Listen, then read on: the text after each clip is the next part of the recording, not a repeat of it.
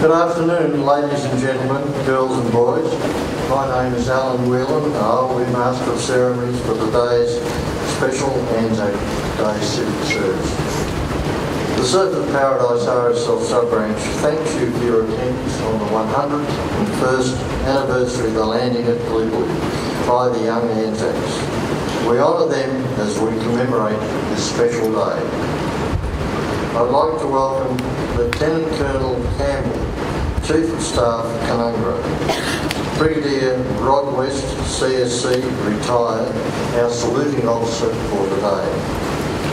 John Paul Langbrook, MP, State Member for Surfers Paradise, His Worship the Mayor, Tom Tate, and his wife Ruth, Gold Coast City Council, Commander Jake Miranda, representing the Philippine people. We have a letter of gratitude from the City Mayor of Surigao in the Philippines, which will be published in our newsletter. Councillor Gary Barlin and his wife Kathy, Division 7, Gold Coast City Council. Councillor Paul Taylor and his wife Egon, Division 10, Gold Coast City Council. Audrey Bates-Bills representing Alliance Francais, and we also have with us representatives from the French and Turkish communities.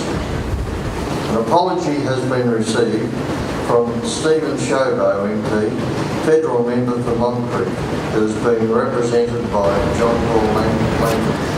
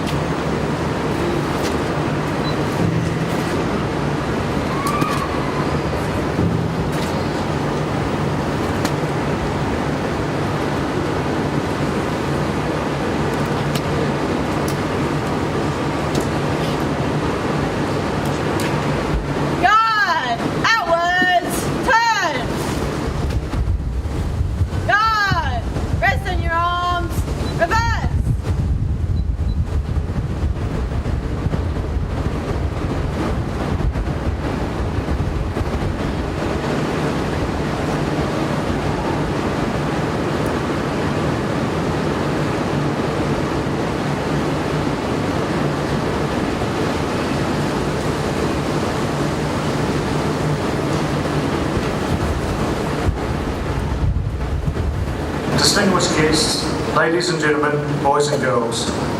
This time last year we marked an important milestone in our nation's history, the centenary of the Gallipoli landings.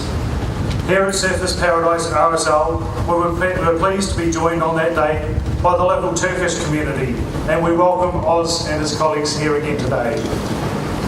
During the period 2014 to 2018, we were also commemorating other major events of the First World War. Late 1915 saw the final withdrawal of Anzac troops from the Gallipoli Peninsula. During the early part of 1916, those troops who were still fit and able were redeployed to the Western Front in France and Belgium, and also joined by new arrivals from home. The first major battles in the area involving Australian troops occurred in July 1916, firstly at Fromelles, and then 4 days later on the Somme at Pozieres. Therefore, this year, it is appropriate on the special day to also remember the centenary of the actions of our countrymen in France at that time. And we invited representatives from the local French community to join with us today. Audrey Bates-Bills is the president of the Gold Coast French Festival, a native of Polignac in the Bordeaux region of southwestern France, who has called Australia home for the past 15 years. Please welcome Audrey, who will provide today's keynote address.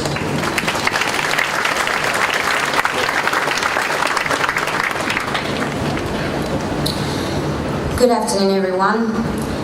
I am honoured to stand here today because to represent the French community of the Gold Coast on behalf of our fallen soldiers, their families, and thank the Australian forces that stood beside us to defend our land.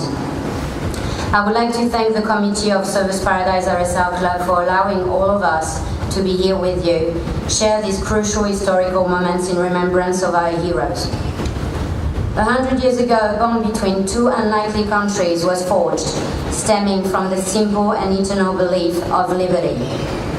After a long and bitter campaign at Gallipoli, the Anzacs were finally evacuated in December 1915.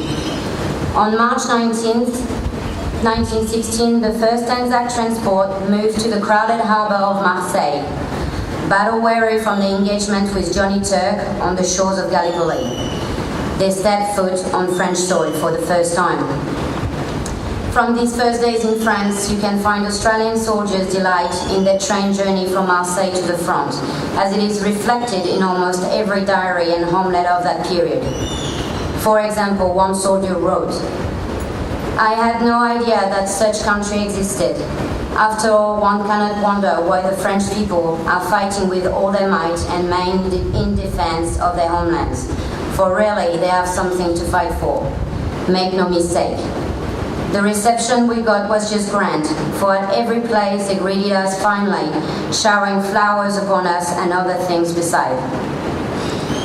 This unique relationship between two countries located on opposite sides of the world has stood the test of time, and those bonds forged 100 years ago remain intact and as strong to this very day. On April 19, 1916, Queensland's 9th Battalion was billeted 2 miles from the line at Rouge de Bout. A surprise attack from the enemy in the farmhouse where they were posted occurred. 24 men had been killed and 48 others wounded. These were the first Anzac casualties on the Western Front. The 9th Battalion, C Company, was made up of mostly Queensland and Northern Rivers volunteers, a great number in particular coming from this district. Present on that day were local men including, from Mount Tambourine, Jack Bartle and Barr, from Nerang, John Reginald Vivers, from Beachmont, Jim MacDonald Sharp and George Rankin. There are some 45,000 Australian fallen buried in France, and as Charles Bean wrote after the Battle of Pozières, the Somme is more densely sown with Australian sacrifice than any other place on earth. The First World War cost Australia 62,000 lives in a total of less than 5 million, 10% of our national population at that time. Anzac Day also represent the liberation of the village, Villers-Bretonneux, mostly thanks to the Australian Army.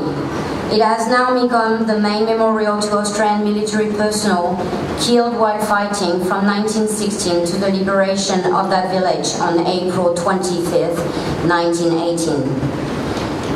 In a little-known French village called Vignacourt in the Somme, there is a war cemetery containing 503 fallen soldiers. Of these, 424 are Australians.